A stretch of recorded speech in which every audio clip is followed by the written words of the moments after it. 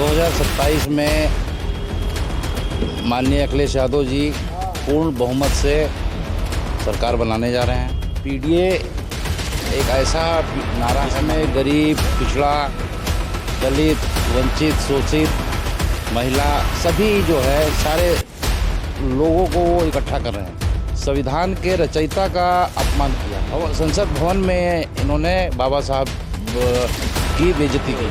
Samajwadi party से जिसको भी टिकट मिलेगा उसे लड़ाने का काम होगा और मजबूती से लड़ाया जाएगा। टिकट किसको मिलेगा किसको नहीं मिलेगा ये निर्णय राष्ट्रीय अध्यक्ष जी का काम है। हिंदुत्व खतरे में आया ही तब जब उत्तर प्रदेश के मुख्यमंत्री योगी आदित्यनाथ हुए और भारत के प्रधानमंत्री नरेंद्र मोदी हुए। हिंदुत्व खतरे में है कि इनकी कुर्सी खतरे में है?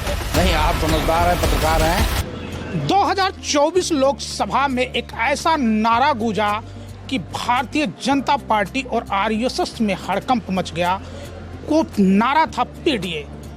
समाजवादी पार्टी के राष्ट्रीय अध्यक्ष अखिलेश यादव जी का जो नारा था पीडीए, पिछड़ा, दलित, अल्पसंख्यक के नारे से भारतीय जनता पार्टी के पैरों तले जमीन खिसक गया और उसको ये नहीं सूझ रहा था कि इस नारे का मुंह तोड़ जवाब क्या दें। और इसी को लेकर के भारतीय जनता पार्टी 2024 लोकसभा में 400 पार की बात करती थी और भारत के संविधान को बदलने की बात करती थी। लेकिन पीडीए का जो नारा था और इंडिया गठबंधन ने पीडीए के नारे को लेकर के इस तरीके से भारतीय जनता पार्टी को घेरा कि पीडीए के घेरे में भारतीय जनता पार्टी फंस गई और ये हश्र हुआ कि भारतीय जनता पार्टी का जो 400 पार का नारा था वो पूर्ण बहुमत तक नहीं पहुंच पाई और इस वक्त 2027 विधानसभा का बिगुल फूंक चुका है और समाजवादी पार्टी फिर पीडीए के सहारे 2027 का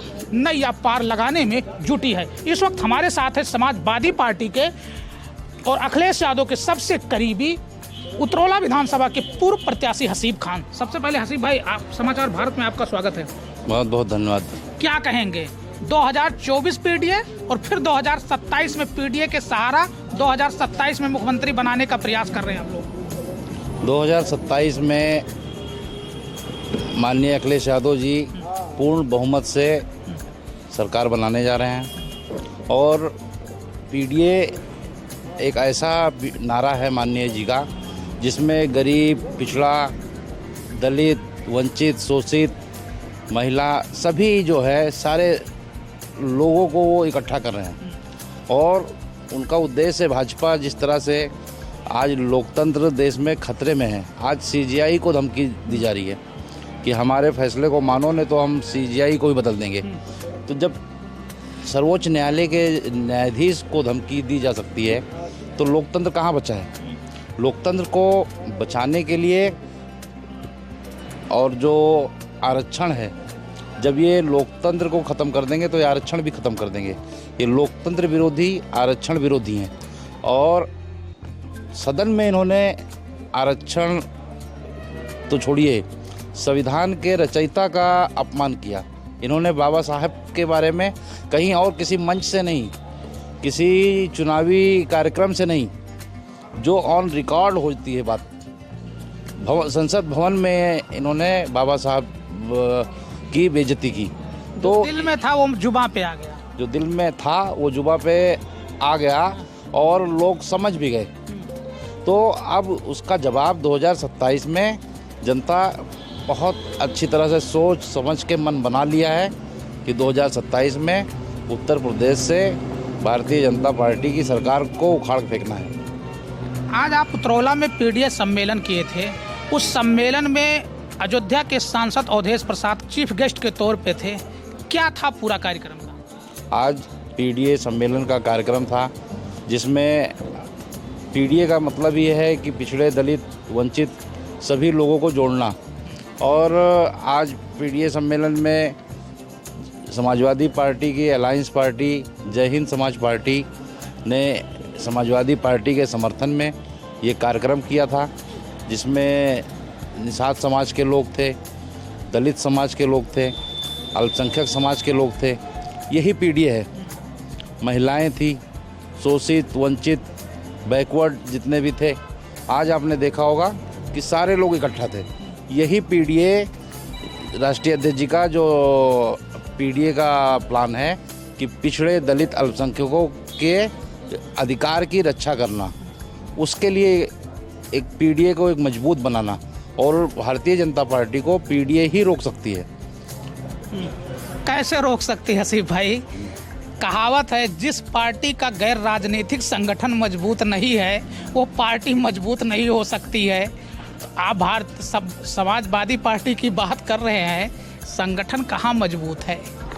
नहीं, संगठन तो मजबूत है ही, लेकिन अगर संगठन नहीं मजबूत है तो उसमें काम किया जाएगा।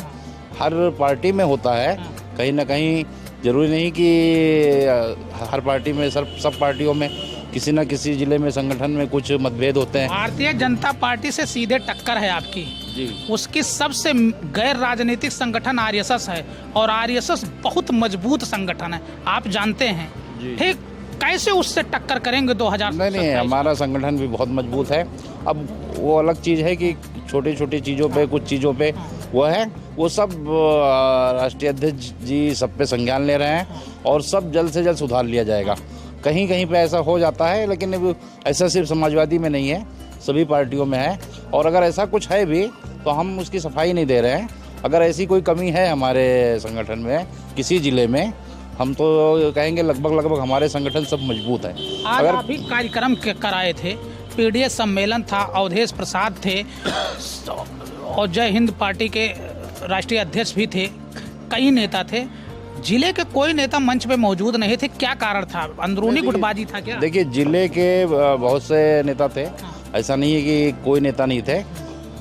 जिले के प्रभारी ही मौजूद थे सबसे मेन। तो दूसरी चीज़, पूर्व जिला अध्यक्ष भी थे जो भी प्रदेश कार्यकारिणी में है, और राष्ट्रीय अध्यक्ष लोहिया वाहिनी के भी मौजूद थे, और अभी मसरूर खान साहब एक आए हुए थे, वो भी प्रदेश कार्यकारिणी में अभी जल्दी आए हैं, और हमारे बहुत से सभासद हैं जो समाजवादी पार्टी के थे, और बहुत से कार्यकर्ता थे।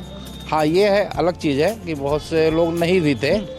तो एक कार्यक्रम और कहीं लगा था उनका, उन्होंने कहा कि पहले से लगा था, तो शायद इसीलिए नहीं आए होंगे। क्या कारण है? हसीब भाई के उतरौला विधानसभा में के वजह से क्या सारे नेताओं को ये लगता है कि 2027 में टिकट लाएंगे?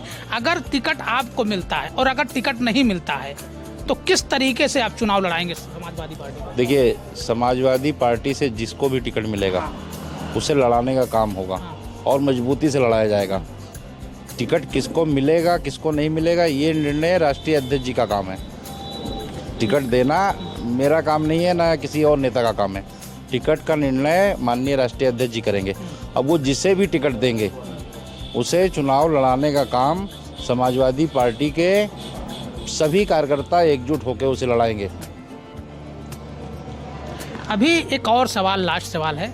अभी उत्तर प्रदेश के मुख्यमंत्री योगी आदित्यनाथ विधानसभा में उर्दू को लेकर के जिस तरीके से उन्होंने धर्मीकरण करने की बात की, उसको लेकर के कहीं ना कहीं मुस्लिम में बहुत आक्रोश, इसको लेकर के किस तरीके से आप देखते हैं? कोई आक्रोश नहीं है। पूरी दुनिया जानती है कि हिंदुस्तान में 70 साल तक कांग्रेस ने शासन किया, और भी दल ने शासन किया। कभी मुसलमान प्रधानमंत्री नहीं हुआ, और कभी भी हिंदुत्व खतरे में नहीं आया।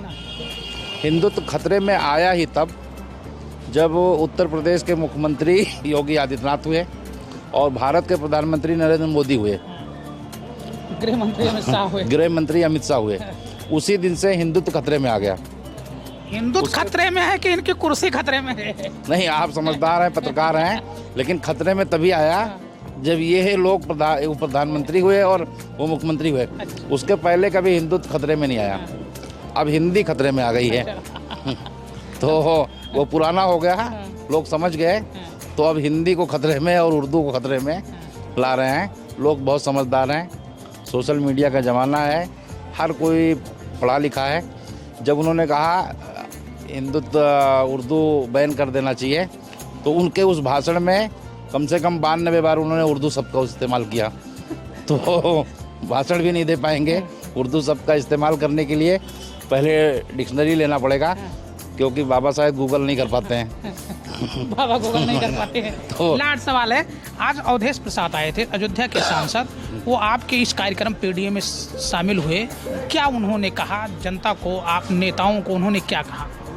आज सम्मेलन हुआ, हमारे मुख्य अतिथि जो आए थे और भी राष्ट्रीय अध्यक्ष आए थे लोहिया वाहिनी के, सभी ने एक ही कहा, जितने भी नेता थे, कार्यकर्ता थे, सभी का मंच से यही कहना था कि एकजुट होना, पीडीए को मजबूत करना और राष्ट्रीय अध्यक्ष को मुख्यमंत्री बनाना, यही सबका संकल्प है। और इसी संकल्प के साथ हम लोग 2027 की तैयारी कर रहे हैं। ये अलग विषय है कि कौन लड़ेगा, कौन नहीं लड़ेगा, किसको टिकट मिलेगा, किसको नहीं मिलेगा, वो बात की बात है। हमारी तैयारी होनी चाहिए कि 2027 में जिसे भी टिकट मिले उसको जिता के विधानसभा भेजना, ताकि राष्ट्रीय अध्यक्ष के हाथों को मजबूत करें और माननीय अखिलेश यादव जी को मुख्यमंत्री बनाएं। तो देख सकते हैं, ये थे 293 उतरौला पूर्व प्रत्याशी हसीब खान, जिनका साफ कहना है कि 2027 का रण का जो चुनाव है वो तैयार हो चुका है। और पीडीए के ही सम्मेलन में आज अयोध्या के सांसद अवधेश प्रसाद चीफ गेस्ट के रूप में आए थे और उन्होंने कहा है कि 2027 का जो चुनाव है वो पीडीए को लेकर के चुनाव लड़ा जाएगा और 2027 में समाजवादी पार्टी के राष्ट्रीय अध्यक्ष को मुख्यमंत्री बनाया जाएगा।